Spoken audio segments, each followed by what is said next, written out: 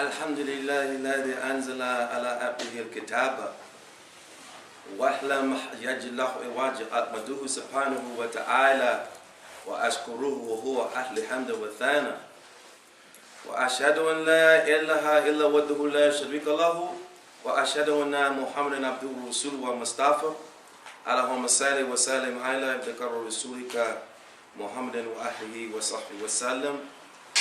Alhamdulillah bil alameen. We thank Allah Almighty for everything, for bringing us through the month of Ramadan, and we're asking that Allah Almighty accept our fast, and we're also asking that Allah Almighty strengthen us so that we may participate in the fast of Shawwal, because every day we fast during Shawwal, we get the blessings of fasting 10 days, and we can do it consecutively.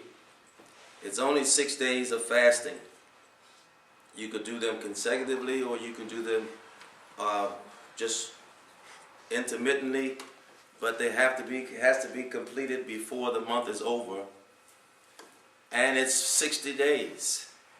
It's 2 months of fasting in 60 days for just a small discomfort, hunger, going without our food, our drink, and our carnal pleasures. It's not even a sacrifice, but our ego says, oh, we've been fasting for 30 days. Now, 6 more days doing Shawwal.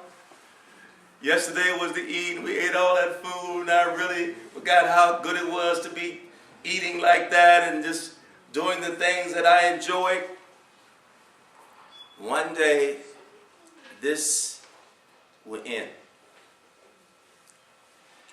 And this is only a test to see who is best in conduct.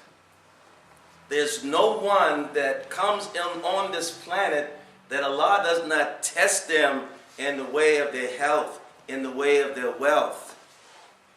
Allah tests us. But there's a part of us that during all those trials and tribulations, if we are connected to that, it makes everything to be in order, to be balanced. Illnesses, mental illnesses come from imbalance. Physical illness comes from imbalance. Spiritual illnesses come from imbalance. Poverty comes from an imbalance. The lack of morals come from an imbalance. We have become imbalanced people. Unbalanced. When Allah orders fasting, fasting is a means for balancing. There's not going to be any comfort in being balanced if we're used to being unbalanced. If we're used to thinking a certain way and our thinking has to be changed from attracting and holding on to those things that we believe in that are not making us unbalanced, it's not going to be comfortable bringing us back to that's going to balance us. When we overeat and our bodies become disfigured because we overeat,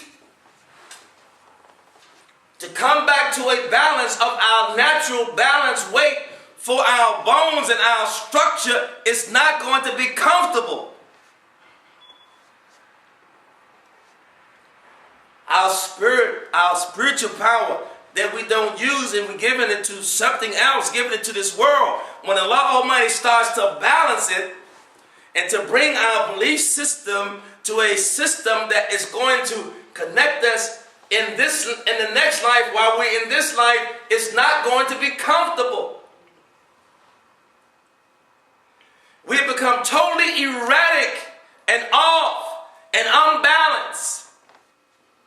Nothing synthetic can replace that. We become people of drugs, alcoholism, synthetics, trying to replace it with reality. It will never happen. Allah says in Quran, A'udhu billahi min shaitan rajim, Bismillahir Rahmanir Rahim. Glorify the name of the Guardian Lord Most High, who have created and further given order and proportion, who have ordained laws and granted guidance, and who bringeth out the green and luscious pasture. And then doth he make it but swarthy stubble. By degrees shall we teach thee to declare the message, so that thou shalt not forget, except as Allah wills. And for he knoweth what is manifest and what is hidden. Allah speaks the truth. And as we begin to be balanced, guess what? We begin to speak the truth. There's only one truth. There can't be another truth. The truth is one. Allah Almighty's servants, his prophets, never said anything to people that Allah Almighty was not saying to them. They were not able to do anything among the people that Allah Almighty was not doing for them. They represented the best in us. The sicknesses and the illnesses and the thoughts we have today, they never existed before. Now they have doctors, they're going to school, and after they're going to school, they got to go for a specialty for this kind of disease and that kind of disease and that kind of pathology, because there's something new always happening, because we're getting more and more out of balance. The human being is generating all of these imbalances and all these diseases and all these isms and all these schisms. What is the antidote for a people who just don't have no respect or care about their lives? They can kill or be killed. It doesn't matter to them. When human life is sacred, what is the cure to that disease? That's a disease. It's a mental and a physical and a spiritual disease.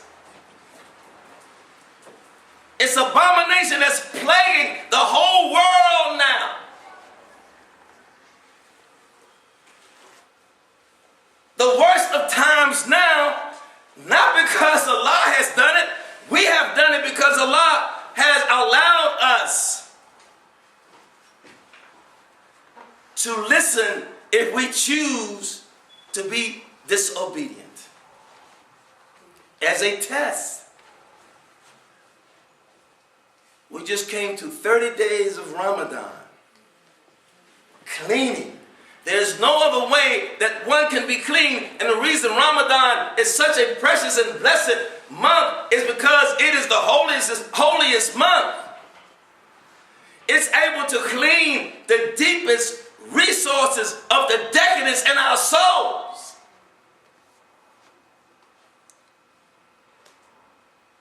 To bring us back to some self-understanding that we are paradise people. And there is a prescription, there is laws and regulations that help us to be who we're supposed to be.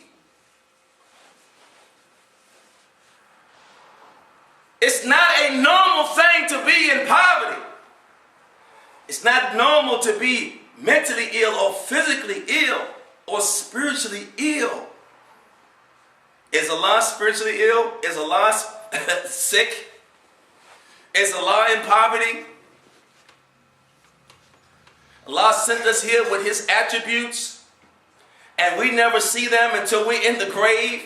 Then we beg Allah Almighty to come back. Not only to do as Allah likes, but to be as he likes. Why? What were we listening to? Who were we listening to?